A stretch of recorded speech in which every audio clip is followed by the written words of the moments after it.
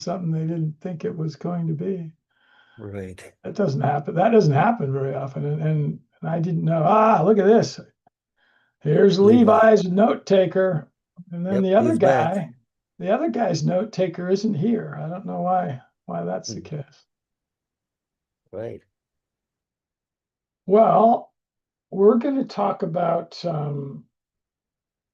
again what is becoming my favorite topic, but we're going to make it specific to environmental today, environmental ecological, which is AI. And I did some research overnight about sort of what areas in the environmental and ecological industries are most being affected by AI. And meaning that some entrepreneurs are using AI in their ecological and environmental endeavors. So farmers, ranchers, builders, oil and gas producers, solar panel developers and builders. Um, think of any topic that we've ever had a webinar about on that topic area.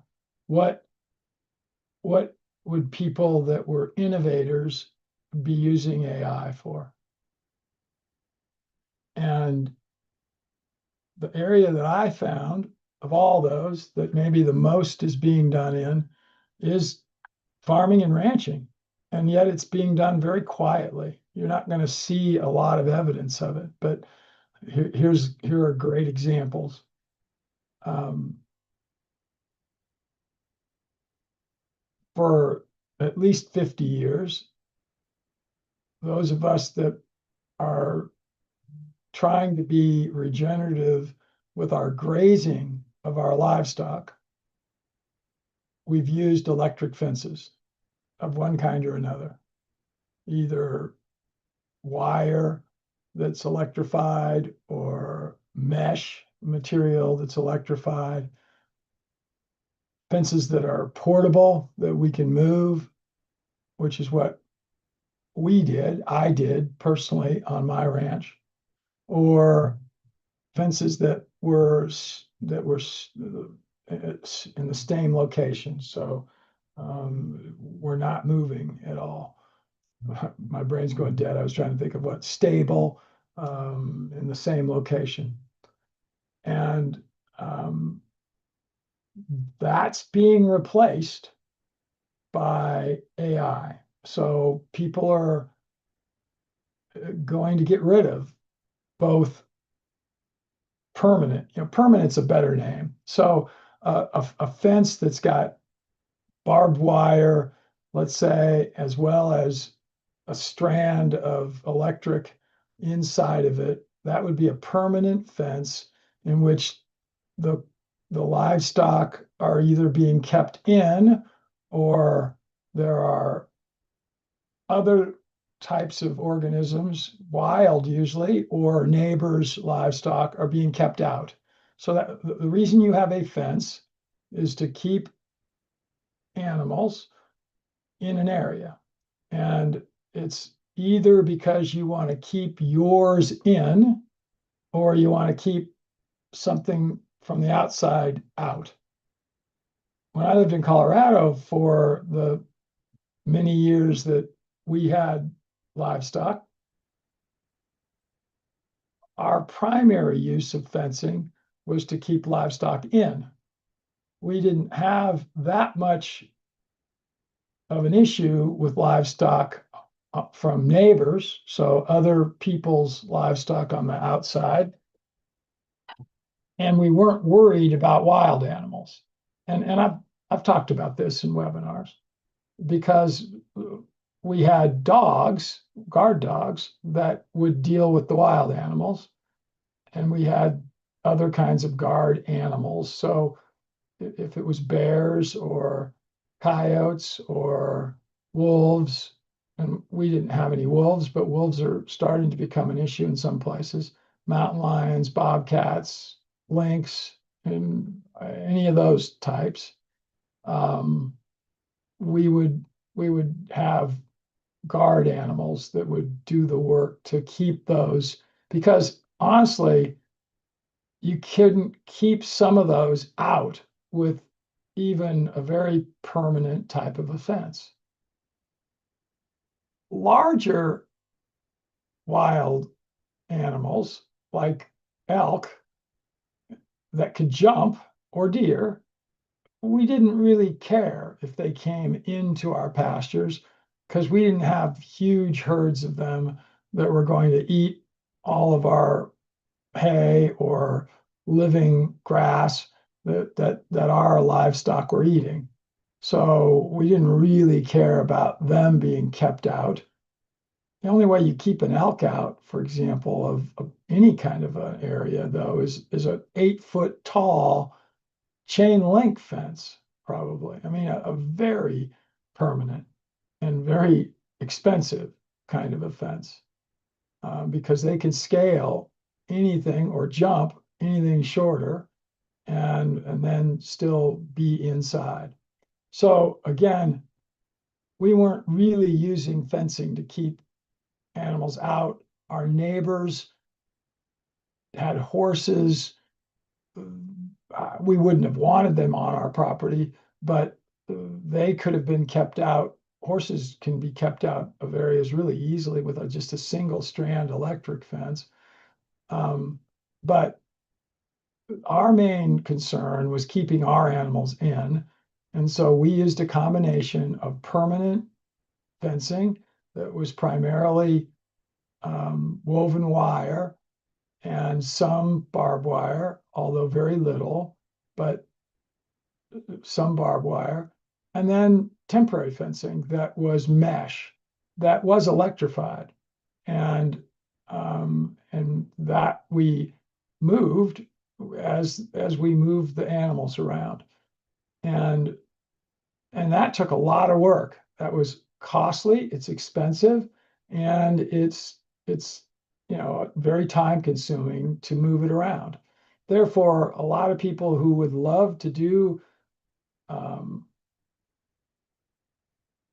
moving pastures and be more conservation oriented with their grass don't, because they don't want to go to the work of managing the woven wire or the the the wire that was temporary that you move, the portable fencing.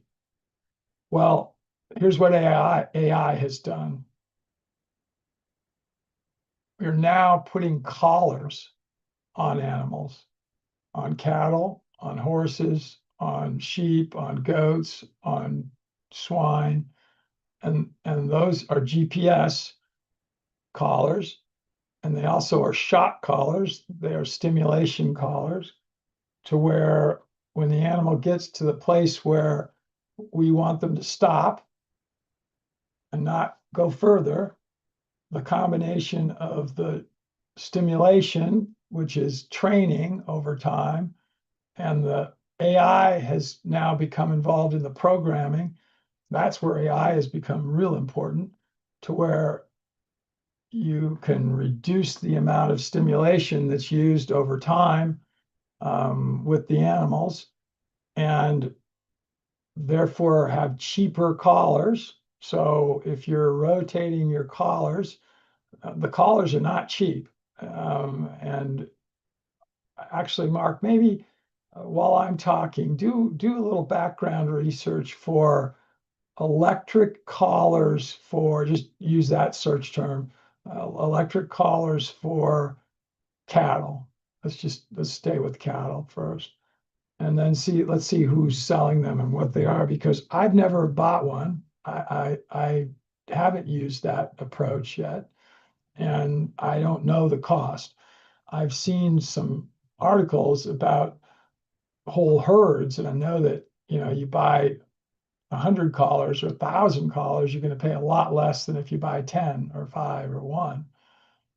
But again, picture now a herd where instead of having the fencing that I was describing, you have your animals that have collars on them, And that's what keeps them in. Now, that's not going to keep things out. So if your goal is still to keep wild animals out or or neighbors' animals out from where your animals are grazing, you're going to have to still do something other than a collar. But that's again where AI comes in, because there are invisible fences now that are essentially electric force fields that will again give a shock to an animal when it comes up to them. And they are AI controlled. And that's the way you can both keep animals in and keep animals out. Those are off the charts expensive and rare right now for farmers of any scale to have them. So they're pretty much limited to very small farms and ranches. Did you find anything yet, Mark? That you could, when you find something, just throw it up on the screen. I'm going to Okay. take the screen over in a little while after we get off this topic. So as I did research on what kinds of AI was and how it was affecting ecology and the environment, the area that I found the most affected was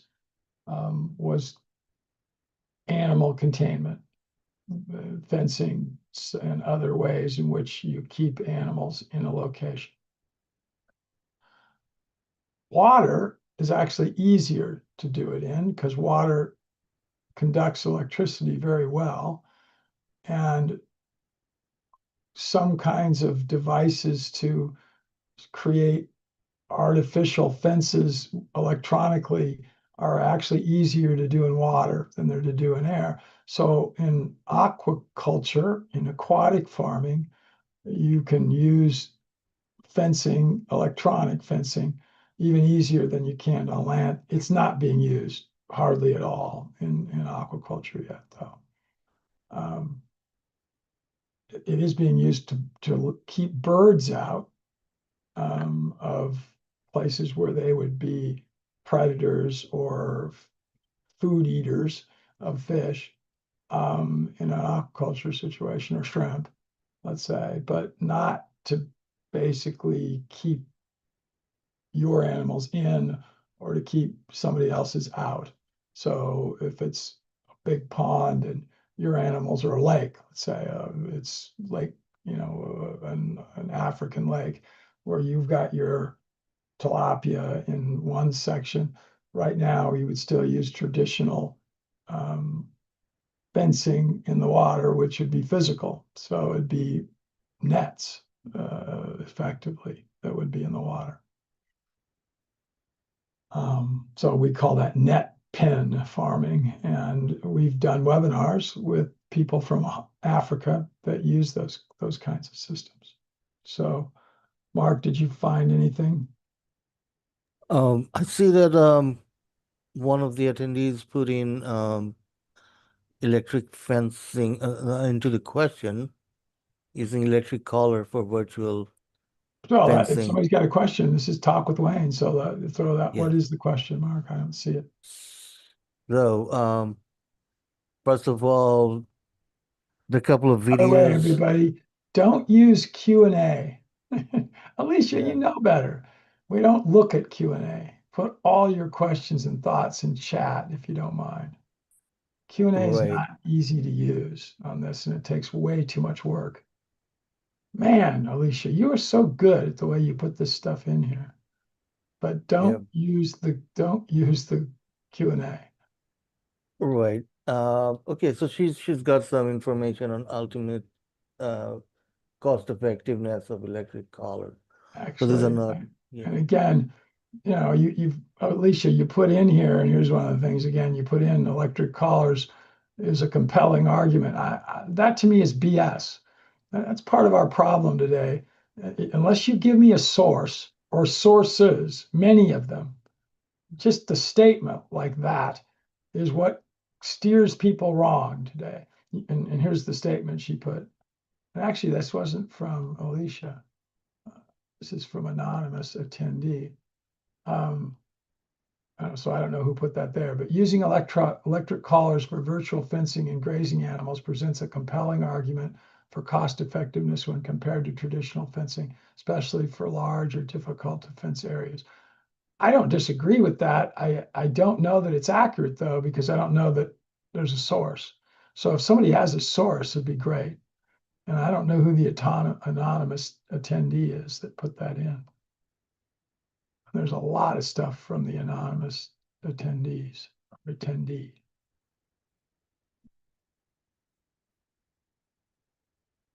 I'm just reading another one here.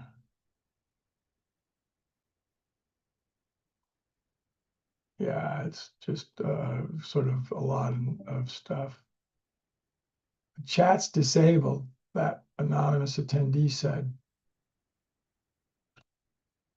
Mark, Maybe, yeah, maybe I need to is that, enable, do you yeah, need to do something? right, maybe, yes. Now try it, whoever is trying to write. If you try again, see if it works.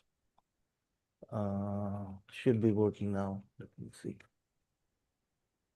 Okay. Yeah, I just typed in hi to everybody. Yeah, it's working. It looks, must not have been for a while. Correct, yes.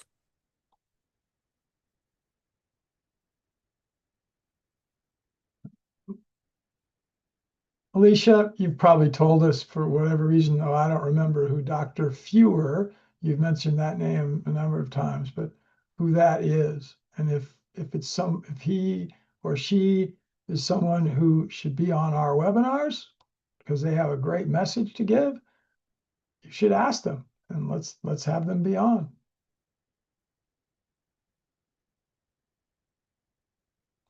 He's an aquatic biologist. There's millions of those out there. But love to hear his thoughts potentially on whatever.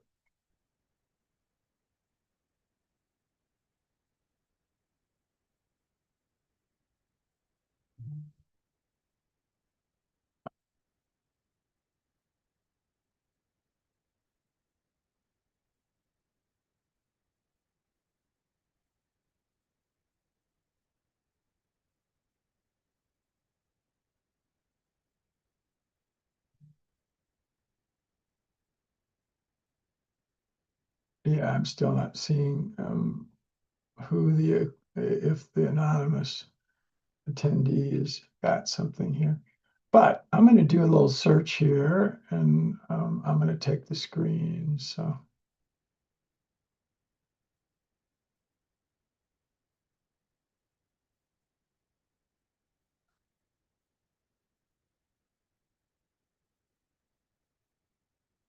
um,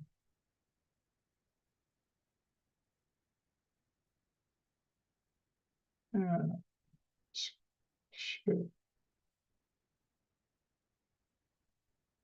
screen two.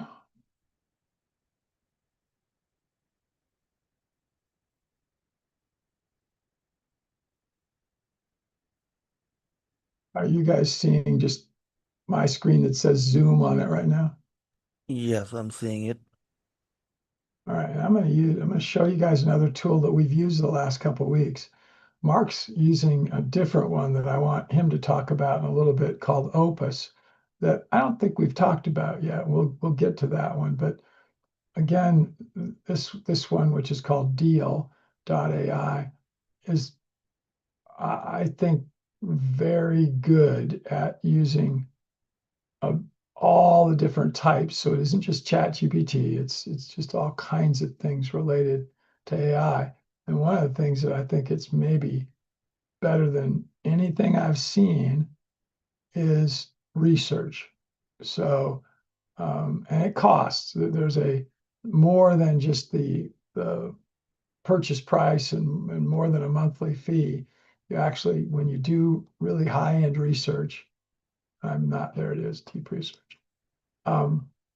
you end up paying a separate, an additional cost for it.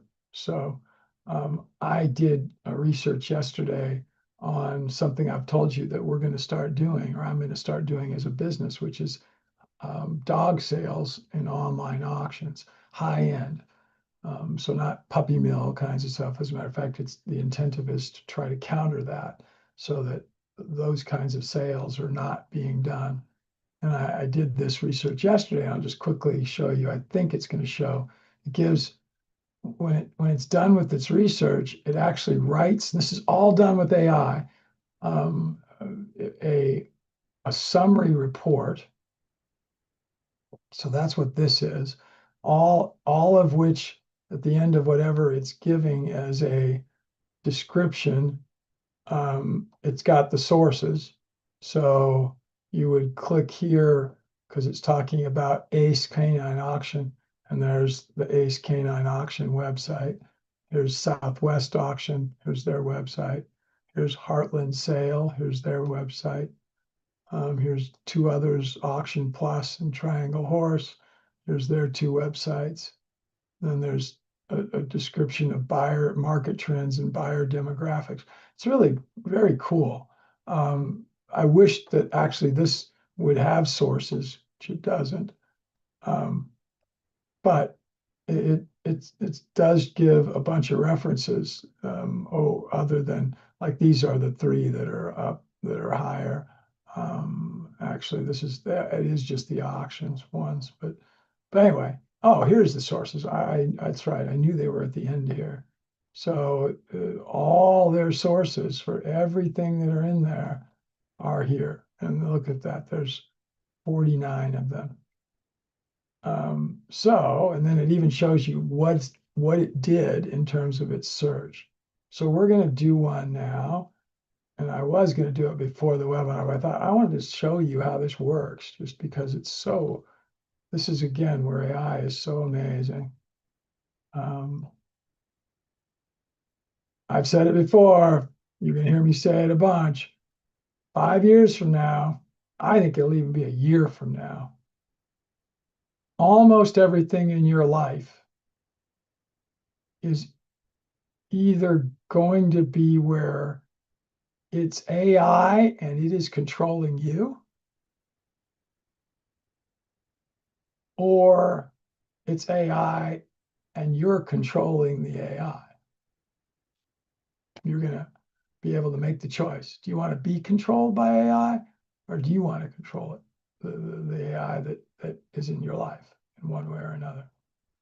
So anyway, now I'm going to go back up to the top here and do a new research here.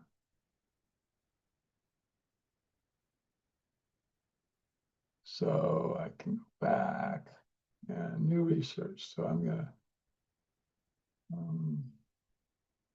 please show me specific examples of the use of AI in ecological and environmental applications, and let's just say applications. Let's start there. And let's do it. So it's doing it.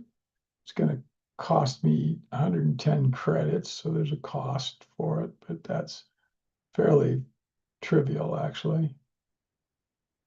I think that it's about 1,000 credits is $6.99. So 69 cents for 100 credits. So this is like a 75-cent effort. So I thought I had started. I forgot though. Here's the research that it's doing. So let's just see how long this takes. It's 3:26. it'll immediately start to show you what things it's doing.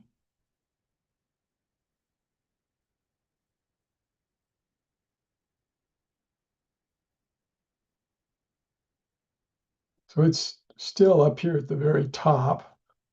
Now it's done two more. So now it's doing, and it started out with machine learning techniques and ecological modeling, and then it went to AI for biodiversity, and it went to AI applications in soil monitoring.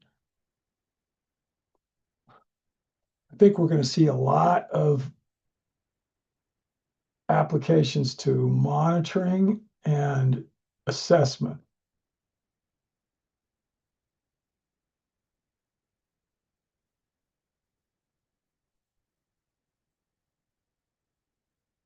And it looks like it's continuing to add sources here. So these are well-known sources. So academic.com is pretty well known. I've not heard of environmentalenergyleader.com. Science Direct is very well-known website. So here's a couple of them. Nature's huge website. IMD is a big website. Not heard of this, but this is not the company. Springer is a publishing company. So that's a well-known. Here's Science Direct again. Another one, Science Direct. Here's one from Columbia University. IBM, pretty cool.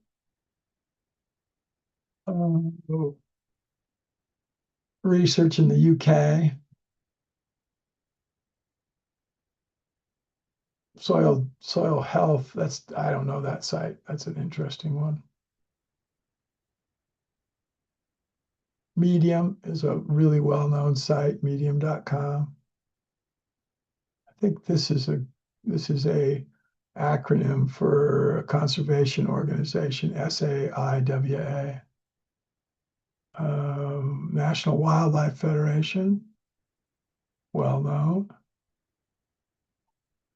Springer, again, the publishing company. So let's see how far along it is now. Might be done. No, not yet, because it'll give us that report before it's done here. So it's just down to about halfway. So let's look at, while it's doing this, let's open one of these. This is one from Science Direct, so let's just open that one.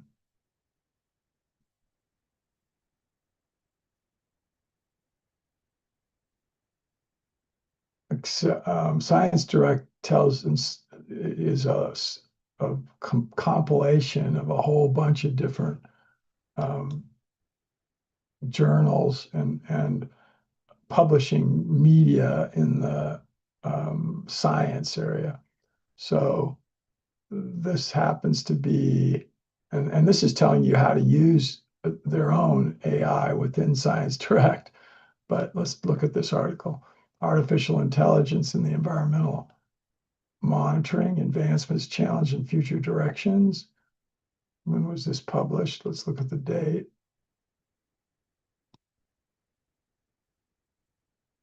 November 23. That's now revised. Whoa. Revised as late as October of 24.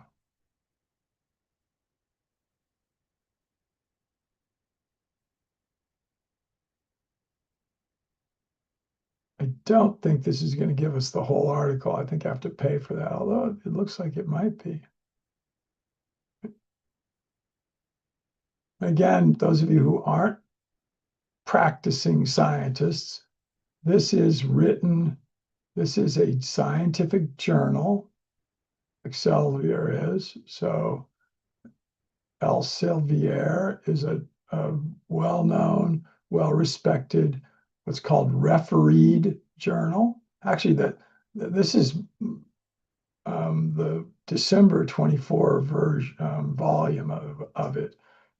So that's where this article is.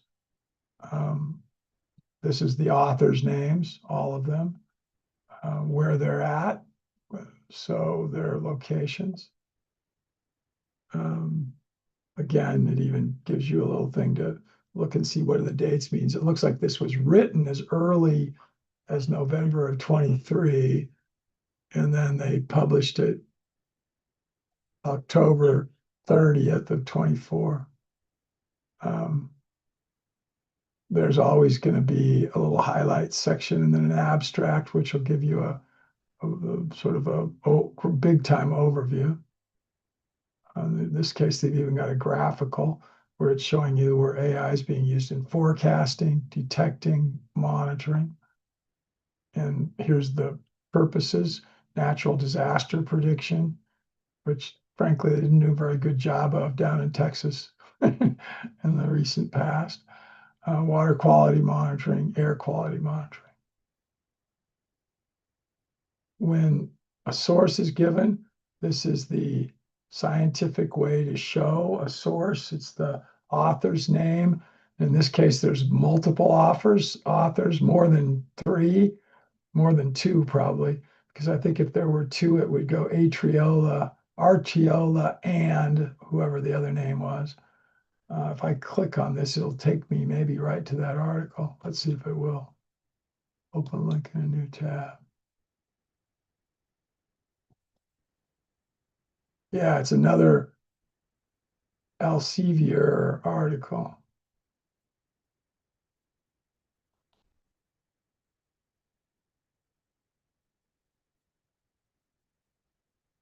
It's in the same issue. No, that did not take us there. Huh. Let's see what they're saying. I want to find something that's not in Science Direct. So far, all these are in Science Direct.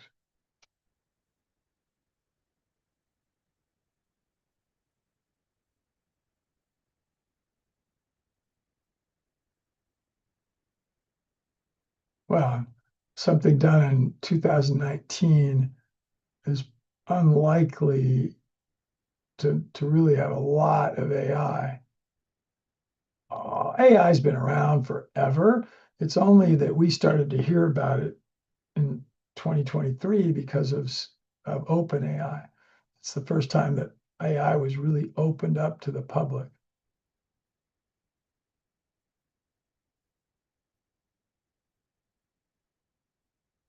And we think about OpenAI, DeepSeek, Grok.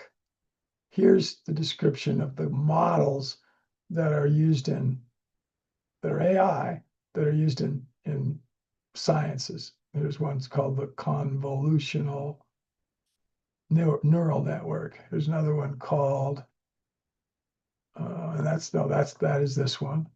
Vector support vector machines. Actually, it's probably, yeah, no, it is support vector machines. So that's a kind of of of, of AI. Look up that article real quick. Dari and Shakur.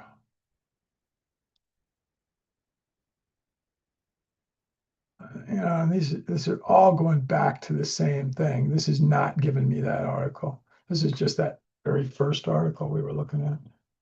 I don't know why it's not, the link isn't going to there. It's probably in a journal, another scientific journal that you'd have to pay for. This is just the same article that we're getting every time. Let's see. Usually the list of references is at the end. So this is a long article, by the way. Here we are with the list.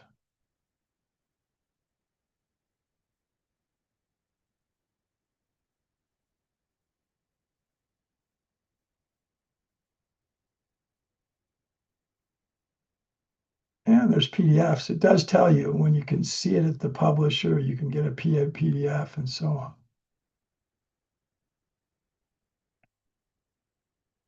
I was going to see if we can do a search and find specifically. Mark, make sure to tell me if there's people that have got questions and comments. Right.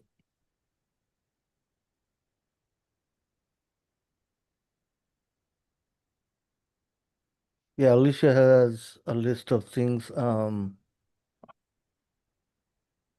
that significant downside of AI. So downsides are like potential job Well, displacement. oh, yeah, if you're if you're not worried about your job being eliminated by I don't care what it is, you better start thinking about it more. Not necessarily be worried yet, but uh, it, there are going to be many, many, many tens of millions of jobs that are changed or eliminated.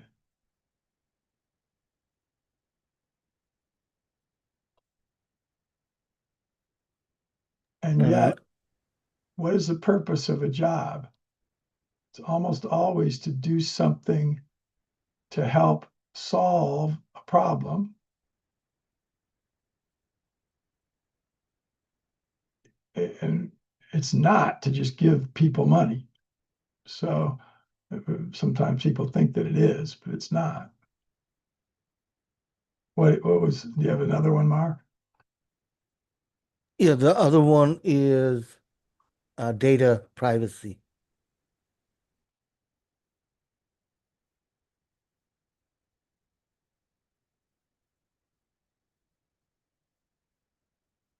Well, I'm sorry, somebody made a comment or they have a question? Now, that's some of the points, downsides of AI. So she put several points here to make to point out that there's some downsides of AI. So one of them is data privacy and the potential for over reliance and lack of human i- interaction. So these are the points you put in.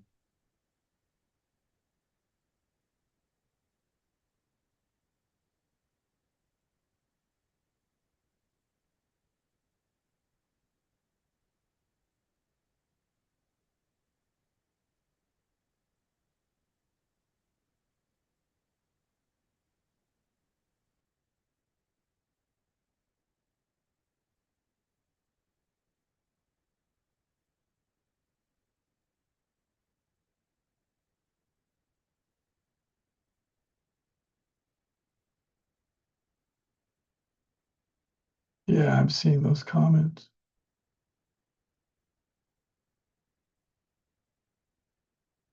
And actually, no, I don't agree with the last point that you made, that you asked a question, which was, well, it's likely that AI will automate some jobs. It's not as simple as saying it will put everyone out of work. That's true. I do agree with that. AI is expected to reshape the job market by automating repetitive tasks and creating new roles focused on AI development, maintenance, and integration. I think that's true. I do agree with that. So yeah, I guess I do agree. I do agree with that.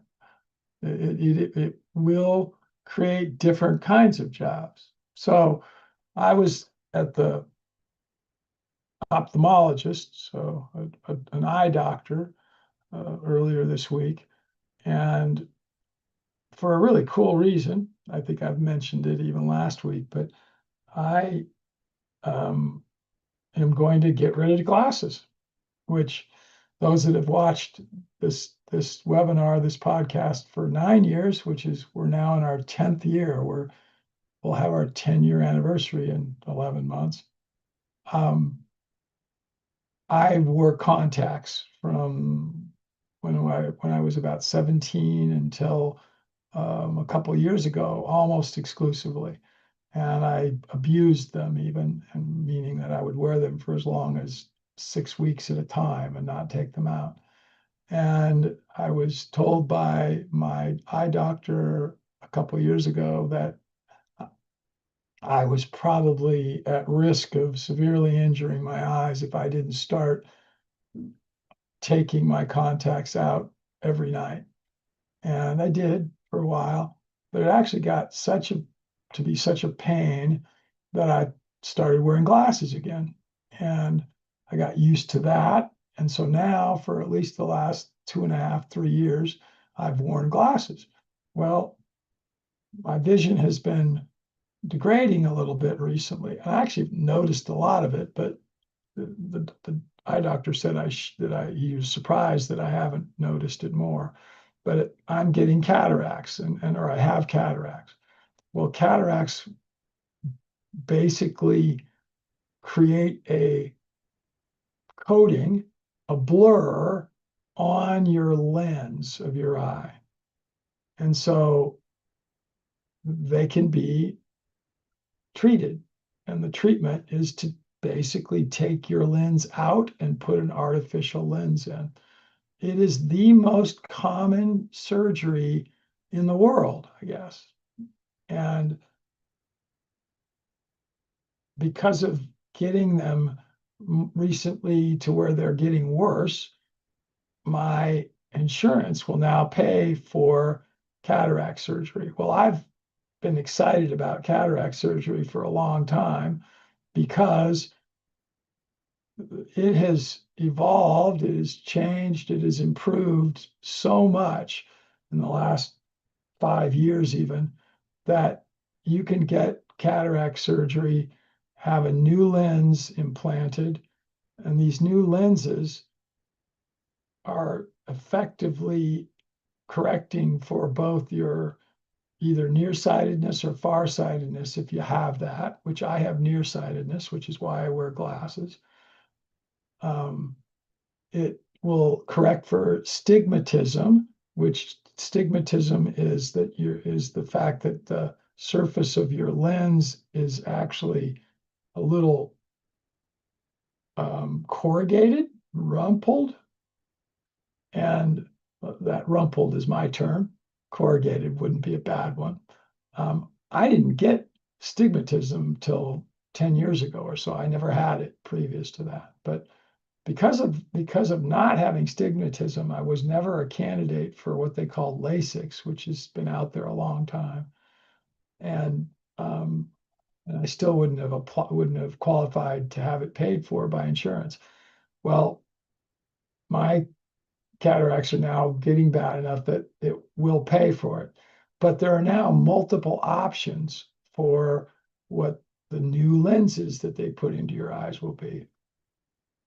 And the most extensive are ones that effectively correct entirely your stigmatism, if you have it, which I do, and your nearsightedness, which I have, which means your lens, your eyeball is just too long, essentially. So the focus has nothing to do with the lens.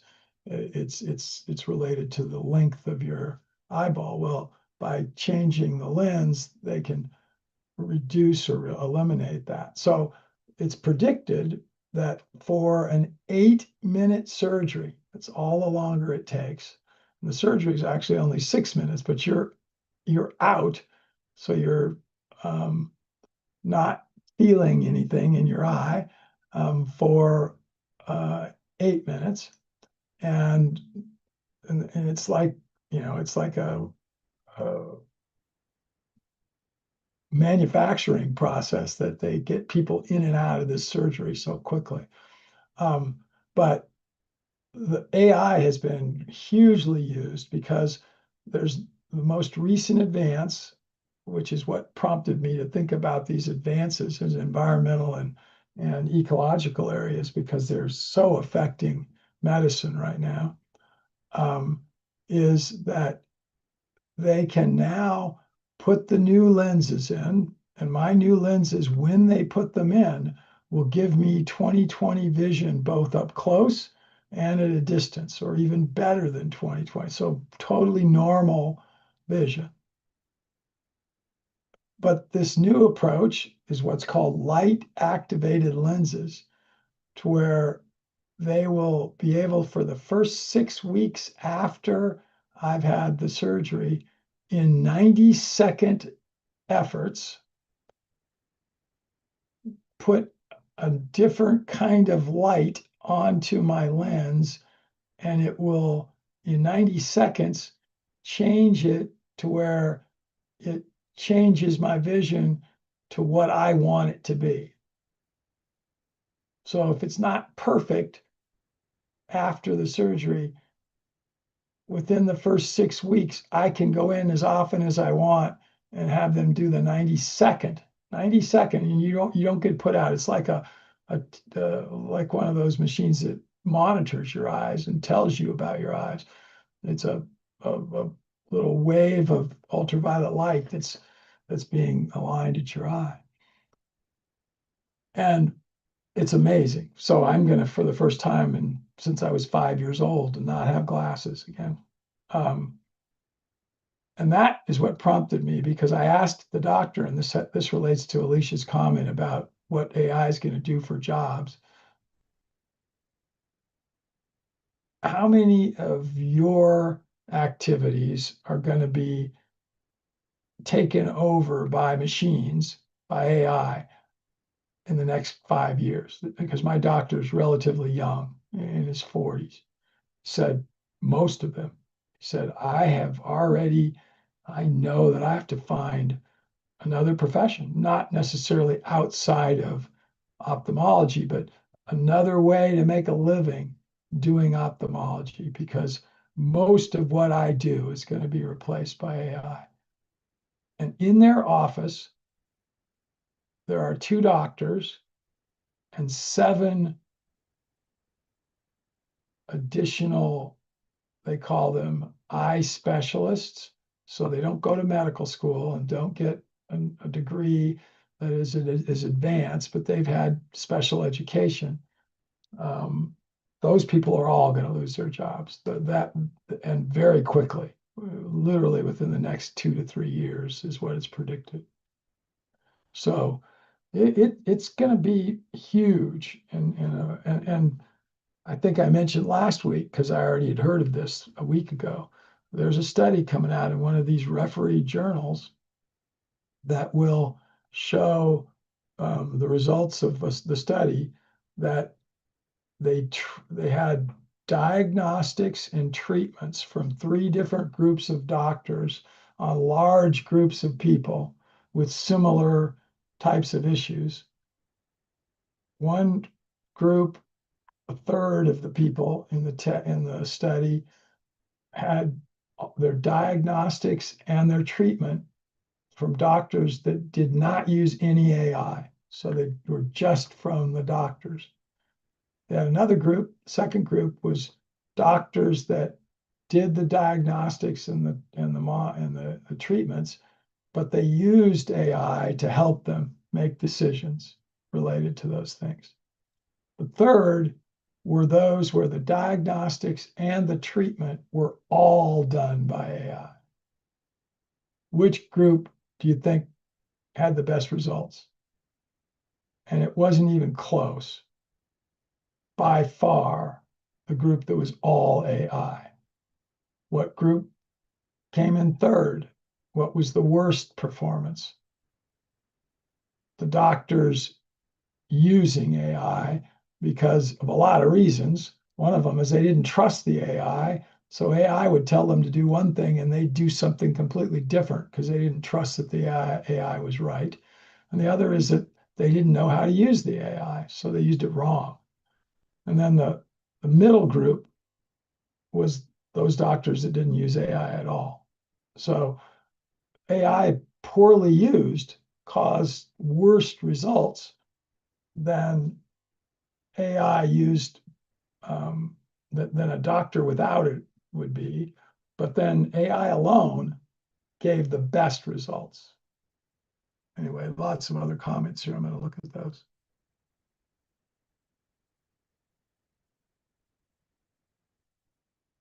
Yeah, there's lots of articles about AI that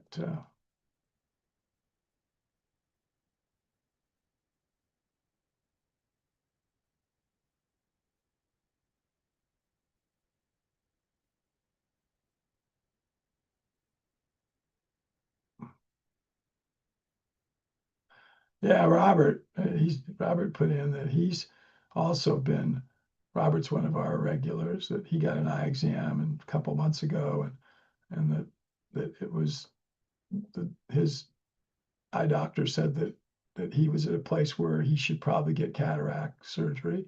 And he said he thought he'd wait until the night vision and feeling blinded by incoming headlights got considerably worse, which, by the way, I don't have that at all yet, Robert. So my night vision, I don't feel like is impacted at all. I'll tell you what is though, any kind of vision when driving in the rain. So raindrops hitting a windshield is has that's where I really notice it. I I also don't have um, loss of color recognition or dulling, they call it. So where reds and greens and any kind of colors get dull as you see them, I still am seeing really vividly, seeing colors. But I got real scared one night when I was driving, and it was worse at night with the rain than it was during the day. But to where combination of probably the lights and the rain was was not comfortable driving wise. So anyway, but quite honestly, I've been wanting to get rid of glasses forever. I mean, this is like I said, incredibly good news to me that I can get this done now and have a look most of the cost paid by insurance, to where I can now not have to wear glasses because the success rate of cataract surgeries is right now higher than any other kind of surgery in the world.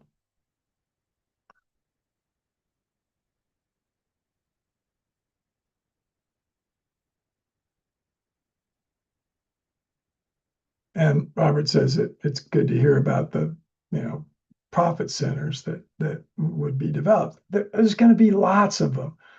It is going to be amazing how much better we can manage agriculture, for example. I am so excited about what it's going to do for us in our management of animals. The fencing issue is a big one. It's where farmers spend a lot of time. If you're doing it right, if you're using regenerative and rotating pastures to where you're not letting the edible plants get eaten so greatly by the animals that they're harmed, which is the way most farmers do things. They're not grazing regeneratively. Then that's amazing. That's just a huge thing, especially if it's economic.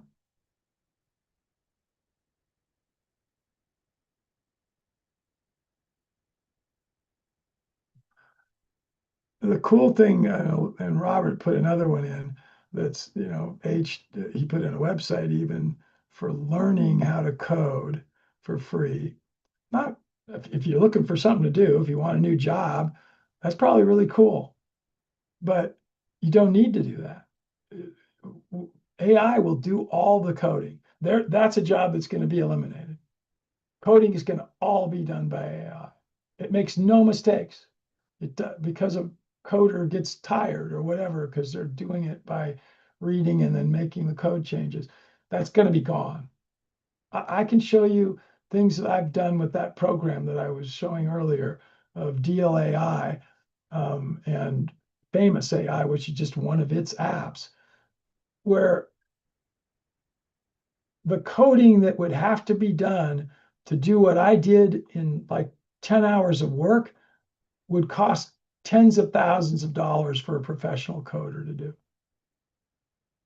This program's doing it for me. And honestly, I paid $29 for it. So crazy. Mark, show Opus.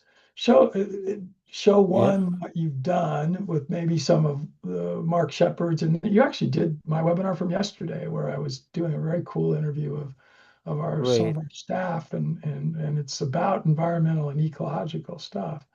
And I haven't looked at any of them, but uh, uh, have you done anything more than just make and use clips? Have you done any of the scheduling, Mark? And are you using it to where it's doing most of the work for you?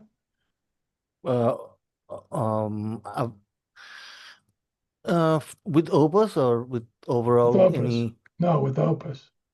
No, Opus mainly does clips and No, it does not. You're way underusing it, Mark. I will just okay, tell you that.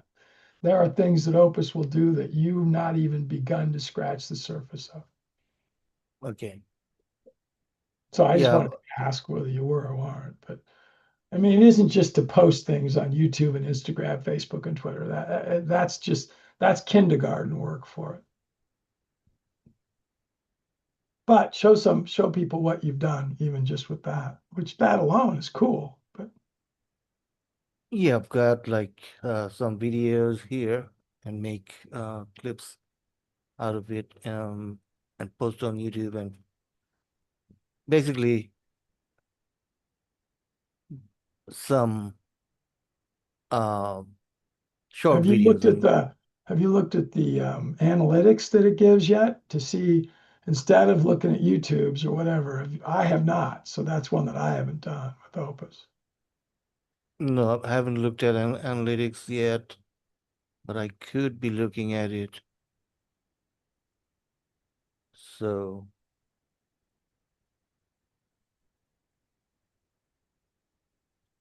118 views so far, audience Show it, inside. Mark. So, Show what you're looking at. All we're seeing right now is oh, you're not just seeing it? Okay. no, we're seeing just something that says YouTube, Instagram, Facebook, and Twitter. All right. Give me a second. Yeah, I think you need to like take down your screen. Yours is still up, so Well, um you're the actually the host. You okay. can take it down. All right, give me a second then. Um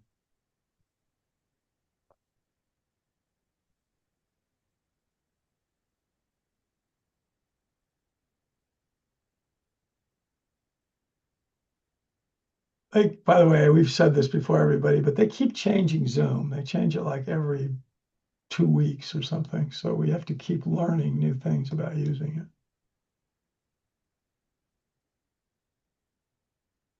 you're not maybe seeing the wrong s- I stuff just, again. it's not, I'm not, and that's the change. I'm not finding Yeah. out how to turn off my share. Yeah, I turned it off myself. No, I don't know how to do it. I'm not finding Okay. where it's telling me how to turn it off. Pause, stop recording. I don't want to do that. Share, when I click on share. Now see, because I'm seeing your screen, Mark. So Yeah. it's not, your screen's up there Yes, because I it's stopped. on analytics right now. Yes, I stopped your screen. I Where'd you stopped. find that? Where was that at? I found it like where all the names are. So next to your name, there would be a screen. Oh, okay. So it's on the participants. Okay. Got Yes, it. then you can turn that off. All right. Like So the, here's some analytics. yes, And that when did counts you like, post this one? uh, so I posted this maybe a few moments ago, maybe an hour ago. Well, no, Uh, take one that you posted a while ago. Let's look at the analytics because you've got some that have been up for a week or so at least. let's see. Uh, so here,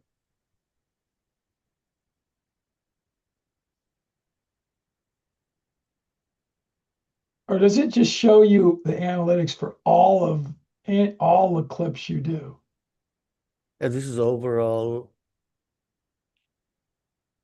for YouTube account, but I can go to YouTube also. No, I just no, yeah, I know how you can do analytics.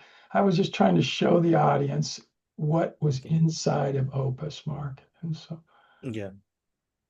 well, then go out again for a longer period. Okay, I can go to last 30 days. Yeah, see that. I mean, it's still going to show that spike that one day. Keep it all. We're missing the bottom of it, Mark. It doesn't show, or is that all? There we go. There. Wonder why we had that 1 day spike. Yeah, one that this is one video that I put. Uh, so this one video was Mark Shepard's and it got like 1,000 views. Uh, so that's why we have this spike. And these are usual views. That is not the answer of why of anything, Mark. All it is doing is showing there was a spike. Yeah. I- Yeah, because one video got this view. You're still just answering what happened. Why do you think on one given day it got higher views? Because that video is something that got posted On someday that day, yeah. before that, if that No, was the day no, it got posted. So no, why no, has it not been watched no, those no, no, same large no, numbers of days? no, no, no, no. That's the day I posted the video. Is that That all day. that shows? Is that Yes, all that? yes. No, That is the again. that is the day I posted the video. All right. You posted that one video, the Eat webinar video, right? Yes, yes. But it's still up today, correct? Yeah, correct. Yes. Why did it only get that large number on the day it was posted? That's what I'm asking. Yeah, that one so people usually come and watch it after they've watched it, they don't usually come back to the same video. So you'll see like when you post a video, it gets a lot of views on the first day or few days. Later on, the views will start dropping. So if you look at any of the videos, You're not answering my question, Mark. You're just not getting it. Sorry. That's all right. Fine. I don't want to go further. like if you look at Because any, you posted something yesterday, you said right, earlier. yeah, if you post something, it might not get like all the videos do not get same amount of views. All right. So if I Let's watch that one. Pull that one up. Let's see it. okay, Let's end the webinar by looking at that. all right, so when I go to, I'll stop this one.